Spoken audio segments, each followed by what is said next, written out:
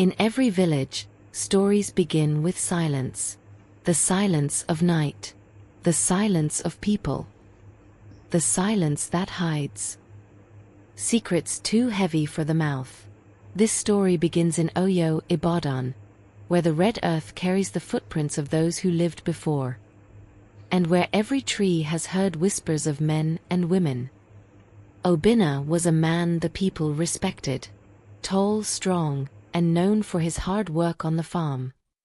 When the sun rose, he was already in the fields. When the moon came, his hoe rested by the door of his hut. People said, "Obinna is a man you can trust. He does not speak much, but his hands show his heart." Beside him was Ngozi, his wife. Gentle. Her eyes bright like water, her voice calm like evening wind. She cooked. She sang. She prayed. The women admired her. The children ran to her for food. To the elders, she was a daughter. To the youths, a sister. To Obinna, she was everything. But even where love is strong, shadows always find a way to enter. One evening, when the sky burned orange and birds were returning to their nests, the village heard a cry. It was sharp. It was sudden. The kind of cry that makes goats stop chewing and makes men drop their calabash of palm wine. It came from Obinna's compound. People rushed.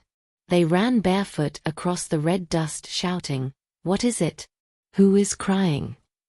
At the gate, they found Obinna standing still, his chest rising fast, his eyes wide. Behind him, on the floor, lay Ngozi. Her wrapper was torn, her hair loose, her face pale. She was breathing, but her breath was weak, as if each one wanted to leave and never return. The women screamed. The men shouted. Children clung to their mothers. Obinna said no word. His lips trembled. His hands shook. But his tongue was heavy, like stone. Obinna and Ngozi once dreamed of a big family. 5 children. 1 to protect. 1 to fight. 1 to defend justice. 1 to manage wealth. 1 to lead the people. Their laughter was sweet.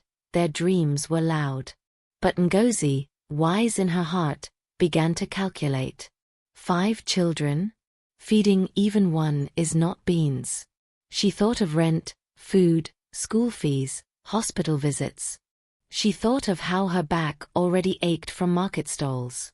She whispered to Obinna, "My husband, dreams are sweet, but bills are bitter. But you know men and their dreams." Obinna wanted a compound full of children's laughter. Ngozi wanted to count the money first, before counting children. One night, they quarreled softly. He turned to the wall. She wiped her face with her wrapper. Between love and reality, silence sat in the middle of their bed. Then reality arrived. Bills piled up. Rent. Food. School fees. The cost of living rose, but their pockets remained thin. One by one, the dream children faded like shadows in the evening sun, until only one real child remained. Even with one child, life was not easy. Obinna woke before the cock crowed.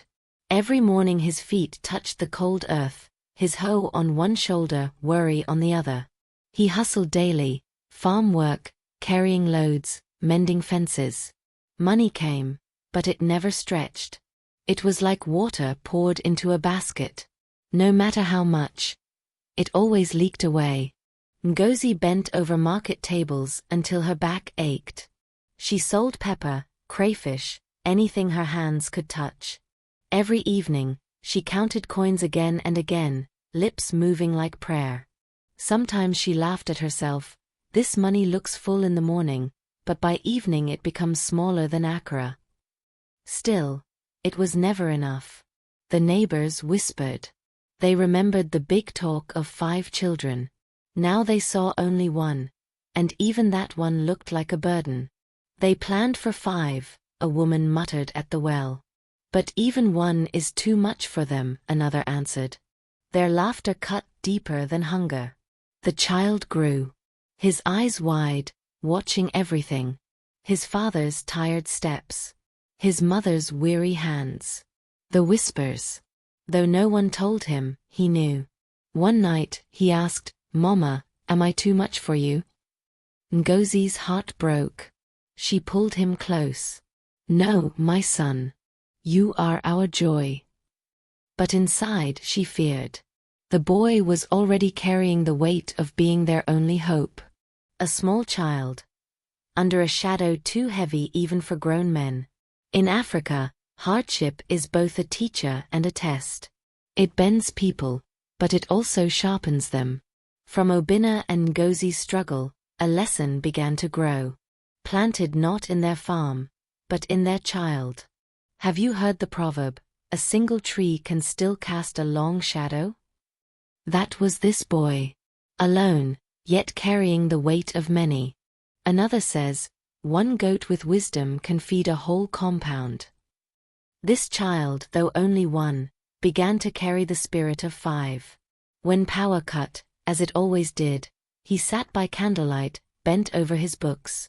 The wax melted fast, the flame burned low, but his eyes refused to close. My people. Have you seen a child reading under a kerosene lamp? Fighting sleep. Fighting mosquitoes.